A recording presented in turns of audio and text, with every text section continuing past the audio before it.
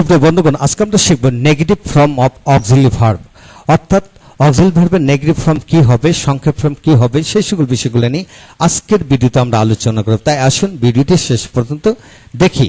আজকের ভিডিওটি খান মেথড এক complete book of written spoken English grammar, এই বই থেকে রয়েছে। এই বইটি সম্পূর্ণ বাংলা অর্থসংগ্রহ এবং ভিডিও লেকচার আলোকে তৈরি করেছে। ইতিমধ্যে এই বইটির উপর 450-এর অধিক ভিডিও লেকচার তৈরি করে ফেসবুক, ইউটিউবে আপলোড দেওয়া হয়েছে। আপনারা দেখুন, প্রতিটি ভিডিও আপনাদের কাজে আসবে এবং ভালো লাগবে। এছাড়া যাদের ভিডিও লেকচার দরকার সেগুলো আপনারা কমেন্টস বক্সে লিখে দেন, আমরা লিঙ্কটি দিয়ে দেবো যাতে সহজে দেখতে সহজ হয় আপনাদের।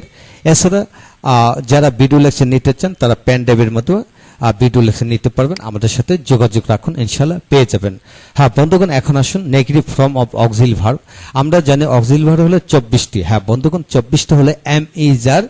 এখন লক্ষ্য করেন, আগে অক্সিলারি ভার্বটি রপ্ত করেন। Am is are, was were, do does did, have has had, shall should will would, can could, may might, must, ought to, need dare, use two.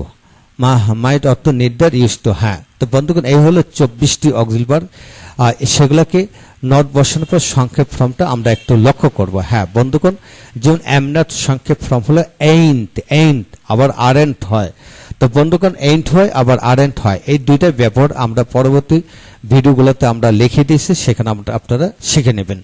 এখন হচ্ছেন is not, isn't, isn't, are not, aren't, aren't, was not, wasn't, wasn't, were not,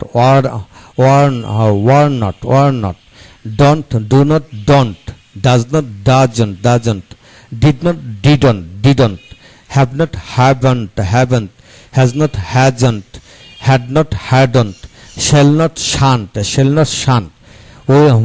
should not, shouldn't, will not, own't, would not, wouldn't, cannot, can't, could not, couldn't, may not, mayn't, might not, mightn't, mightn't,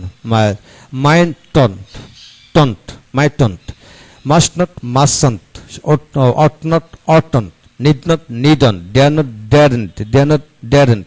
তো বন্ধুগণ এই হলো negative form of auxiliary verb. আপনারা এটা যদি রপ্ত করতে চান, শিখতে চান ভালো করে, তাহলে এই বিষয়টা কমপক্ষে 10 বার করে আপনারা লিখে লিখে মুখস্থ করবেন। হ্যাঁ, উচ্চারণ সহকারে, তাহলে সমস্ত জীবনের জন্য পুরো বিষয়টি রপ্ত হবে। বিশ্বাস রাখুন, এইভাবে পড়লেই আয়ত্তে আসবে। আর এছাড়া 10 বার পড়াচ্ছি, একবার দেখে দেখে লেখা অধিকতর উত্তম, এটা মনে রাখবেন। এটা মনে রাখে আপনারা শিখবেন আর বিশ্বাস রাখুন নিজের উপর, ইনশাআল্লাহ এগিয়ে যাবেন। আর এইভাবে পড়তে থাকুন, আমাদের ভিডিওগুলো একে একে দেখতে থাকুন। Thank you very much. পরবর্তী ভিডিওগুলো দেখুন, ইনশাআল্লাহ ভালো লাগবে।